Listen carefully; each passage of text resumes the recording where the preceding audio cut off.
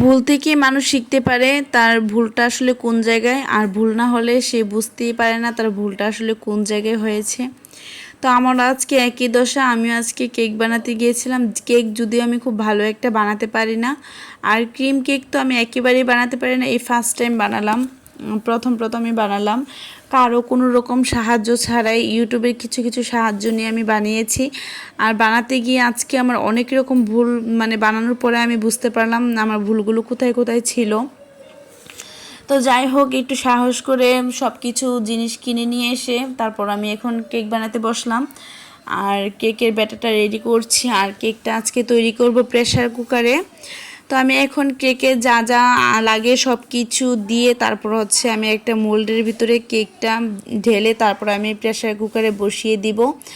আর pressure কুকারে কীরকম হয় আমি সেটাও খুব ভালো জানতাম না, আগে একবার হয়তো বা করছিলাম, তারপরেও এবার যাক ভালোই মোটামুটি হয়েছে। তারপরেও মানে কেকটা আমি কাটার সময় যত পেঁয়াজ লাগিয়ে দিয়েছিলাম আর কি, মানে কাটাটা আমার গোল হয় নাই, বাঁকা দ্বারা হয়েছিল, যার কারণে কেকটা আমি খুব একটা ভালো ডেকোরেশন করতে পারি নাই।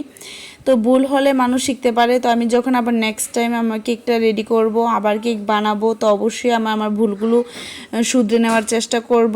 তো এখন আমি কেকটা বসিয়ে দিয়ে তারপর হচ্ছে এখানে কেকের ক্রিমটা আমি এখানে রেডি করেছিলাম। আর কেকের ক্রিমটা আমার কেকটা হওয়ার পরে আমি রেডি করতেছি। তো আমি এখানে হচ্ছে এটা হচ্ছে ট্রপিক্যাল হুইপ ক্রিম যেটা আর কি সেটা। আর এটা ফ্রিজ থেকে নামিয়ে মাত্র আমি 10 মিনিট নিচে রেখেছিলাম, এর মধ্যে এটা গলে গিয়েছিল। আর কেকের ক্রিমটা যে রেডি করতে কীভাবে হয় আমি সেটাও খুব ভালো একটা জানতাম না। আর এই যে কেকের ক্রিমের ঘনত্বটা এরকম হয়েছে। আর তারপর আমি এখন কেকের ক্রিমটা একটা গ্লাসের মধ্যে ঢেলে দিয়ে তারপর হচ্ছে আর কিছুটা ক্রিম রেখেছিলাম কেকের মধ্যে দেওয়াতে।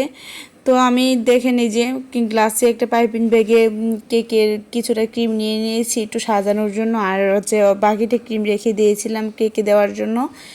তো আমি কেকের ইয়েতে বলে নিচ্ছে কিছু বরফ কুচি দিয়েছিলাম যেন কেকের ক্রিমটা তাড়াতাড়ি গলে না যায়।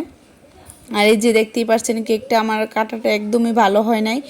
তো এই যে তারপর এটা একটু ট্রাই করতেছি। তো এখানে আমি আইসিং সুগার দিয়ে এটাকে একটু ভালো করে দিয়ে দিচ্ছি, আইসিং সুগার এটাতে 4-5টাতে দিয়ে এখন আমি হচ্ছে এটাতে ক্রিম লাগিয়ে নিব। লাগিয়ে এটা উপরের যে পার্টটা ছিল এটাও দিয়ে দিব। তো উপরের পার্টটা আমার আরেকটা ভুল হচ্ছে, উপরের যে পার্টের অংশটা এটা আমি কাটি নাই, যার কারণে এটা হালকা হালকা একটু একটু শক্ত লাগছিল।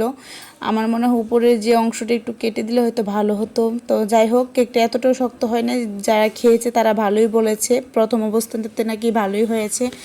তো কেকের ডেকোরেশনটা যদি সুন্দর হতো তাহলে দেখতে আর একটু সুন্দর লাগতো আর কি। এই যে দেখতে পাচ্ছেন কেকের যে উপরের যে অংশটা এটাকে আমি কাটি নাই। আর প্রথমে আমার ভুল হয়েছে, আমি একটু আইসিং সুগার দিই নাই, না দিয়ে আমি ক্রিমটা দিয়ে দিয়েছিলাম। তারপর আমি আবার আইসিং সুগার দিয়ে ক্রিমটা লাগিয়ে দিলাম। তো ভুল মানুষের হয়। তো আমিও প্রথম যেহেতু বানিয়েছি আমারও ভুল হয়েছে। আপনারা যারা জানেন ভালো কমেন্টে প্লিজ একটু বলে দিবেন। সবাই ভালো থাকবেন।